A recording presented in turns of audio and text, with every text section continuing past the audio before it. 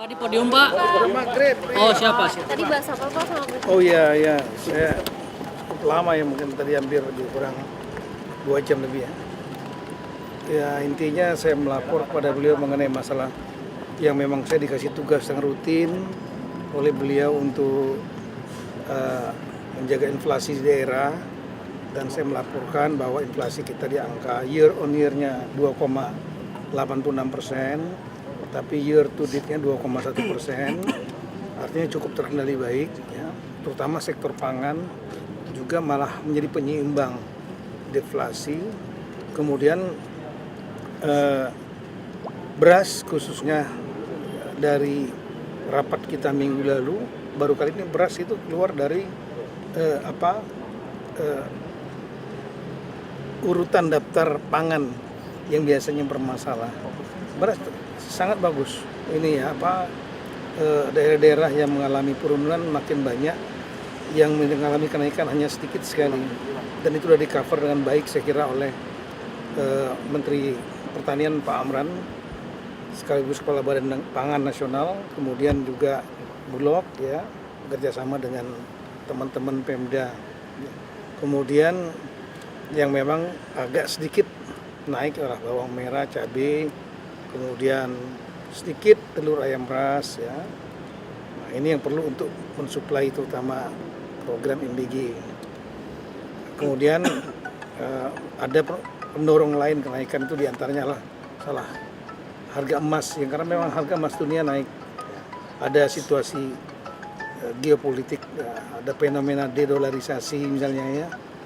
Kemudian saya juga melaporkan kepada beliau mengenai masalah pertumbuhan ekonomi daerah, karena saya juga diberikan tugas kalau inflasi seminggu sekali, sebulan sekali pertumbuhan ekonomi daerah kita bahas ya, di mana yang tertinggi misalnya Maluku Utara, ada yang minus yaitu Papua Tengah. Saya sampaikan, tanya beliau kenapa penyebabnya, diantaranya karena adanya ekspor dari Freeport yang bertahan, adanya smelter yang pernah terbakar, kemudian ada longsor ya, membuat produksinya mereka menjadi tertahan. Itu mengakibatkan pertumbuhan ekonomi Papua Tengah, Timika, itu mengalami kontraksi minus 8%. Tapi ada daerah lain yang tinggi.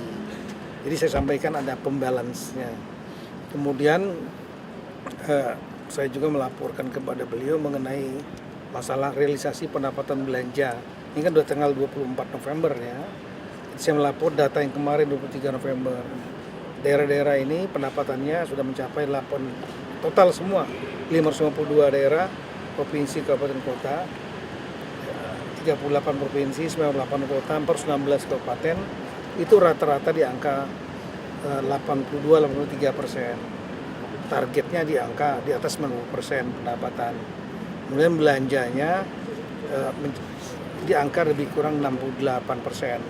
Kita mendorong tentunya belanjanya ya di atas 75%, 80% gitu, supaya kalau beliau tanya kenapa masih apa ada daerah-daerah yang ada simpan di bank, ada totalnya lebih kurang 203 triliun dari seluruh gabungan provinsi kabupaten kota. Tapi ini terjadi karena satu ya, kepala daerah ini banyak yang dilantiknya kan Februari 2025. Mereka lagi nyusun dalam tanda petik kabinetnya lah, kepala dinas, sekda dan lain-lain. Nah, itu buat perlambatan. Lelang juga terjadi pelaksanaan begitu lambat. Kemudian daerah-daerah juga mempersiapkan anggaran untuk membayar kontrak akhir tahun, yang memang kalau selesai pekerjaan baru dibayar di akhir tahun biasanya. Setelah itu mereka juga harus persiapan anggaran untuk membayar gaji dan biaya operasional di bulan Januari. Beda dengan pemerintah pusat KL. Kalau kita kan dibayar oleh Kementerian Keuangan. Kalau daerah tidak, dia akan membayar sendiri gitu. Memang ada dana transfer pusat, tapi juga dia harus persiapan. Kalau dana transfer pusat terlambat datang, maka dia bisa cover. Gaji kan nggak boleh ditunda. Gitu. Nah itu di samping itu saya juga menyampaikan mengenai progres dukungan Kemendagri dalam MBG di daerah terpencil khususnya. Kemudian Koperasi Daerah Merah Putih, Koperasi Desa Merah Putih yang sedang tahap sekarang membangun mendata lahan bersama-sama dengan kita, dengan Kementerian Koperasi, kemudian Kementerian Desa, ATR BPN, dari Mabes TNI dan Agrinas.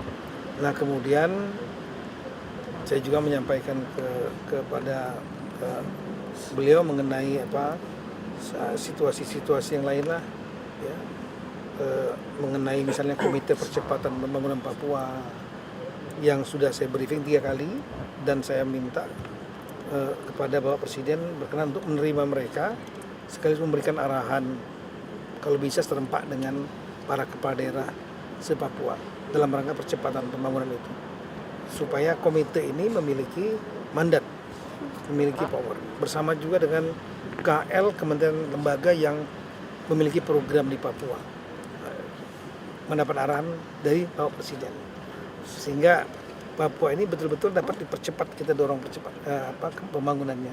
Saya kira itu. Pak, tadi kan sama Kemenkyu juga Pak, sama BRIN juga. Iya, BRIN kita sama Kemendagri. BRIN umum beliau menyampaikan bagaimana tadi nggak ditanyakan langsung ke BRIN. Ya intinya kalau yang tadi ya, yang saya dengar beliau ingin BRIN ini betul-betul bergerak di bidang riset dan teknologi, mulai dari di bidang pertanian, perikanan, kemudian di bidang manufacture, kendaraan nasional dan lain-lain, banyak sekali ya. Dan dengan Kementerian Keuangan ya diantaranya kita membahas mengenai satu yang saya minta ya, yaitu mengenai adik-adik kita yang dari Papua yang sekarang mereka kuliah di luar negeri. Kalau salah jumlahnya 300 lebih, itu ada di Amerika, di Australia dan lain-lain.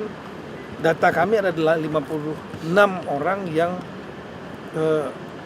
belum selesai, belum dibayar, dan sering terlambat dibayar dari Pemda. Totalnya 37 miliar sebetulnya. Pemda Papua dan Papua Pegunungan itu terutama. Nah, saya melihat daripada kompleks, lamban, kasihan itu nggak bisa ditunda. Saran saya agar pembiayaannya diambil alih oleh Menteri Keuangan melalui LPDP. Perintah Presiden setuju. Yang 37 ini akan diambil alih oleh LPDP. Saya segera menyerahkan datanya kepada Menteri Keuangan dan Menteri Luar Negeri. Tadi Pak Menlu juga ada. Pak, soal polemik pelayanan kesehatan di Papua itu dibahas nggak Pak? Iya. Itu seperti apa Pak? Saya melapor pada beliau. Jadi antaranya itu perintah beliau untuk segera lakukan perbaikan audit, dan saya sudah menyampaikan, saya sudah komunikasi dengan gubernur, sudah. Saya minta gubernur, begitu saya dapat informasi, gubernur Pak Matias Fakiri sesegera mungkin ke rumah korban, keluarga korban, semua dibantu. Yang kedua melakukan audit internal, masalahnya di mana. Ya, dikumpulkan rumah sakit itu, termasuk juga pejabat-pejabat yang di dinas kesehatan dan lain-lain, baik provinsi, kabupaten, dan juga yang swasta. Kemudian Menkes dan saya sudah komunikasi, Pak Menkes hari ini dan dari Kemendagri hari ini juga turun ke Jayapura untuk melakukan audit. Kalau kami nanti dari Kemendagri audit tentang aturan-aturan yang ada, termasuk peraturan kepala daerah, peraturan bupati, itu kan melibatkan rumah sakit Kabupaten Jayapura. Ya, kemudian juga aturan dari peraturan gubernur. Karena yang terakhir kan di rumah sakit umum provinsi, namanya RSUD Dok 2. Kemudian Menkes mengirimkan tim khusus juga untuk melakukan audit teknis mengenai masalah layanan kesehatan. Kita nggak ingin terulang lagi. Sama tadi pesan dari Pak Presiden, jangan sampai terulang lagi hal yang sama. Segera lakukan audit untuk mengetahui penyebab masalahnya dan lakukan perbaikan. Apakah fasilitasnya, ataukah tata kelolanya, ataukah orangnya, ataukah aturannya. Ini yang kami tunggu nanti. Malam ini semuanya berangkat ke sana. Terima kasih.